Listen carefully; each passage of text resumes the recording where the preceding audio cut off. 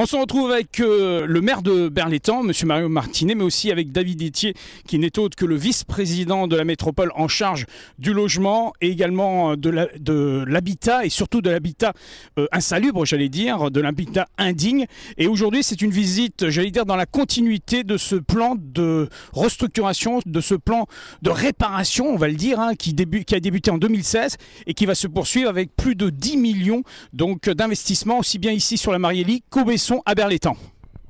Alors effectivement, c'est une visite qui est importante autant pour moi que pour le maire de Berlétan qui m'a invité aujourd'hui à venir sur place. C'est important pour nous parce que aujourd'hui toutes nos institutions, la ville de Berlétan en premier, la métropole et l'État, sont engagés sur ce plan de restructuration ou de sauvegarde de cette copropriété de la Mariélie. Et donc il était important pour nous d'être là sur place, de voir les besoins qui sont ceux des habitants, de voir leur quotidien et de voir tous les travaux que nous serons amenés à porter et à financer dans les mois qui viennent. Vous allez peut-être nous le demander, mais donc du coup je devance votre question. Hier s'est tenue une réunion extrêmement importante en préfecture pour justement travailler sur ce plan de sauvegarde et où toutes les institutions, je le disais, la ville de Berre en premier, la métropole et l'État, le conseil départemental également, se sont engagés à faire quoi? D'abord à engager le plan de sauvegarde de cette copropriété. Ça veut dire s'engager ensemble et contractuellement par convention pour financer aux côtés des propriétaires tous les travaux qui doivent être faits dans les années à venir et surtout en termes financiers s'accorder sur les montants que nous allons être en capacité de financer. Concrètement, qu'est-ce qui va se passer? Dans les prochaines semaines, ce sont des travaux d'urgence qui vont démarrer, qui sont en grande partie financés par l'Agence nationale pour l'amélioration de l'habitat, cofinancés par la métropole à hauteur de 300 000 € et par le conseil départemental. Vous le voyez ici, hein, il y a un besoin de reprendre notamment les façades. Il y a des travaux aussi qui seront un peu moins visibles, mais qui sont sur la sécurité incendie, sur les sécurités électriques, qui vont être faits en urgence et qui vont démarrer dans les prochaines semaines pour sauvegarder en tout cas l'essentiel de cette copropriété et permettre d'enclencher par la suite un plan de sauvegarde qui permettra de reprendre l'ensemble de la copropriété, de travailler à la fois sur les bâtiments et de travailler aussi, je voulais le souligner, sur les espaces extérieurs. Vous l'avez vu comme nous dans la visite, les espaces extérieurs sont extrêmement importants parce que c'est le cadre de vie des habitants et c'est souvent ce cadre de vie-là qui perturbe le bon fonctionnement de la copropriété et le quotidien des habitants. Et sur ce sujet des espaces extérieurs, nous avons une chance ici, c'est que la ville de Berlétan s'engage à nos côtés pour reprendre la main sur ces espaces extérieurs, financer leur restructuration et donner un meilleur cadre de vie aux habitants. Donc concrètement, on est venu ici pour faire un point sur cette situation, voir concrètement qu'est-ce qu'il y a à faire ici, quel est le quotidien des habitants, et puis pour lancer ce plan de restructuration et de sauvegarde qui va avoir lieu sur la copropriété de la Mariélie. Alors on précise bien, monsieur le maire, que les années 60, ça a été le point de départ de la constitution de la Mariélie. C'était, à vrai dire, dans cette période, le quartier le plus chic de Berlétan. Tout à fait, effectivement, à cette époque-là, c'était un quartier qui était résidentiel et qui accueillait notamment les cadres du site pétrochimique Shell. Et malheureusement, tout cela s'est dégradé d'année en année pour en arriver là. Alors, moi, je profite du micro pour, d'une part, remercier Monsieur Etier, vice-président de la métropole, d'être venu jusqu'ici, juste sur la commune de Berre, sur le terrain, pour voir ce qui se passe effectivement dans cette copropriété.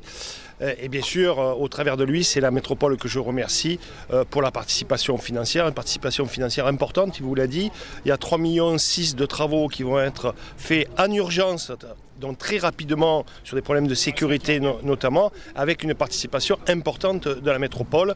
Et bien sûr, au travers de la métropole, c'est aussi tous les partenaires, État, région, département, qui s'engagent, et bien sûr la commune qui va, comme il vous l'a dit, reprendre les espaces verts et les espaces extérieurs de cette copropriété pour en faire un vrai quartier intégré à notre belle ville de Berlétan et aux équipements qui se trouvent en face. Juste sur ce point, je voulais rajouter un mot, c'est que nous ici on vient pour dire que les institutions publiques sont concentrées sur ce travail, qu'on est arrivé à s'accorder sur le plan de sauvegarde, sur les financements, mais il faut quand même dire quelque chose, c'est que quels que soient les financements que nous sommes en capacité de mettre, quelle que soit l'aide que nous allons pouvoir apporter aux propriétaires pour faire les travaux de rénovation, il faut penser tout ça globalement. Et vous avez raison de dire que si on pense seulement les travaux dans les immeubles, sans penser les espaces extérieurs, sans penser les questions de sécurité, sans regarder avec franchise et sérieux les trafics qui peuvent polluer le quotidien des gens qui vivent ici, eh ben, on aurait injecté de l'argent sans résoudre tous les problèmes. Et on a cette chance ici, et je le redis, que la ville de Berre soit à nos côtés dans ce travail-là, et qu'en reprenant les espaces extérieurs, on vient de le regarder ensemble, la ville va pouvoir justement avoir une attention très particulière sur les enjeux de sécurité, qui relèvent là vraiment de l'échelon de proximité qu'est la ville. Mais on a cette chance que la ville en est consciente, et que la ville va faire tout ce travail aux côtés des associations avec lesquelles nous sommes aussi ce matin, pour vraiment assurer ce qui est pour nous l'essentiel, c'est la qualité de vie des habitants. C'est bien d'avoir des immeubles qui vont se redresser, qui vont être en bon état, mais ce qui compte, c'est que les gens qui y vivent dans de bonnes conditions. Ça passera par la sécurité, ça passera par le fait que tous ces trafics-là s'arrêtent et s'interrompent, mais la ville de Berre est concentrée là-dessus et va assurer quelque chose de fort à nos côtés sur ce sujet. On est ici sur une copropriété, le maire de Berre pourrait vous le dire autant bien que moi, mais on est moitié-moitié entre des propriétaires occupants et des propriétaires bailleurs. Bien entendu que les propriétaires sont associés à tout ce plan de sauvegarde. Pourquoi? Parce qu'il faut le redire, ici on est sur de la propriété privée, on n'est pas sur du logement social, on est sur de la propriété privée. Et donc naturellement, il faut que les propriétaires soient associés parce qu'ils ont à voter des travaux en assemblée générale, ils ont à approuver en assemblée générale de copropriétaires le plan de sauvegarde, et donc ils vont être associés aux travaux, notamment dans ce qui concerne les parties privatives. Nous pouvons intervenir sur les espaces extérieurs, on vous le disait, nous pouvons intervenir sur les communs, mais sur la partie privative, c'est aux propriétaires là de pouvoir faire les travaux. Dans la délégation qui est la mienne du logement à la métropole et donc aussi du logement insalubre, nous sommes là pour veiller à ce que les propriétaires fassent leur rôle de propriétaire.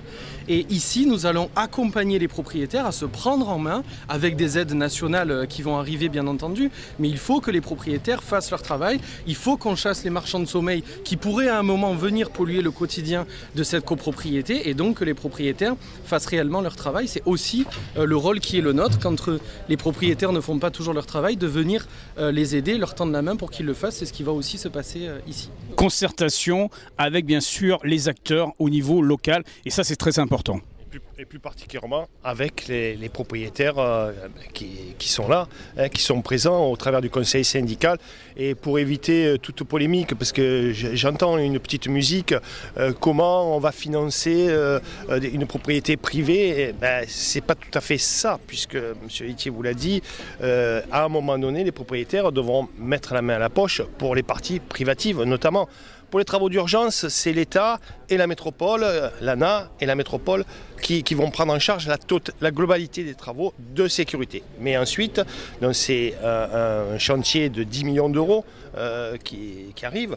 Ensuite, c'est les propriétaires qui vont participer avec, bien sûr, les partenaires qu'on vous citait précédemment, qui vont participer pour notamment leur partie privative, qui vont participer financièrement.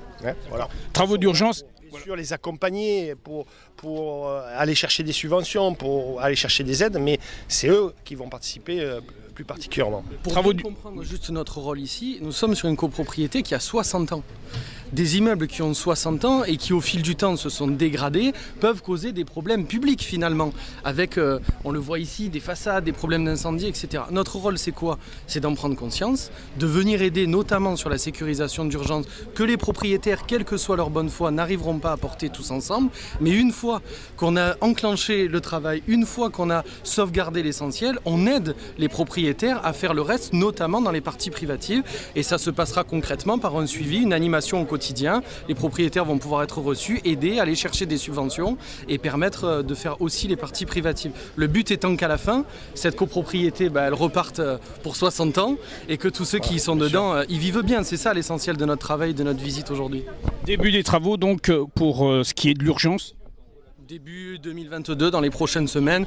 Nous, on a des rendez-vous institutionnels importants dans les prochaines semaines, notamment au Conseil de métropole en novembre, où nous voterons le plan de sauvegarde. Pareil au Conseil départemental, donc ça permettra le début des travaux fin d'année ou tout début d'année 2022. Ce qui est important pour nous aussi, pour montrer aux habitants qu'ici, les choses vont commencer à bouger concrètement et que des travaux vont être faits. C'est aussi pour ça qu'on voulait venir, pour s'assurer que tous ensemble, on va rapidement enclencher du travail opérationnel, visible. Alors on se retrouve avec aussi les résidents de la Mariélie, des résidents qui sont très attentifs à ce qui s'est passé ce matin ici à Berlétan avec la visite de David Itier auprès de monsieur le maire de Berlétan, Mario Martinet, et des élus. Alors on est avec Sidney Atlan, un des résidents de la Mariélie. Je crois que ça fait bien longtemps qu'on attendait vraiment qu'on se penche sur la situation bien sûr de la Mariélie.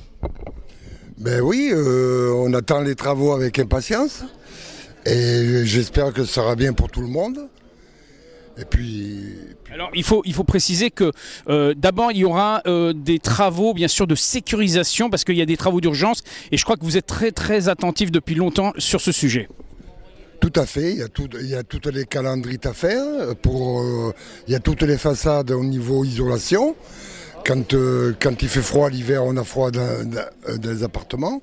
Donc je pense qu'ils vont faire tout ça voilà, et pour le bien de tous les propriétaires qui habitent. Voilà. Alors on précise, Sidney, les travaux vont débuter début 2022.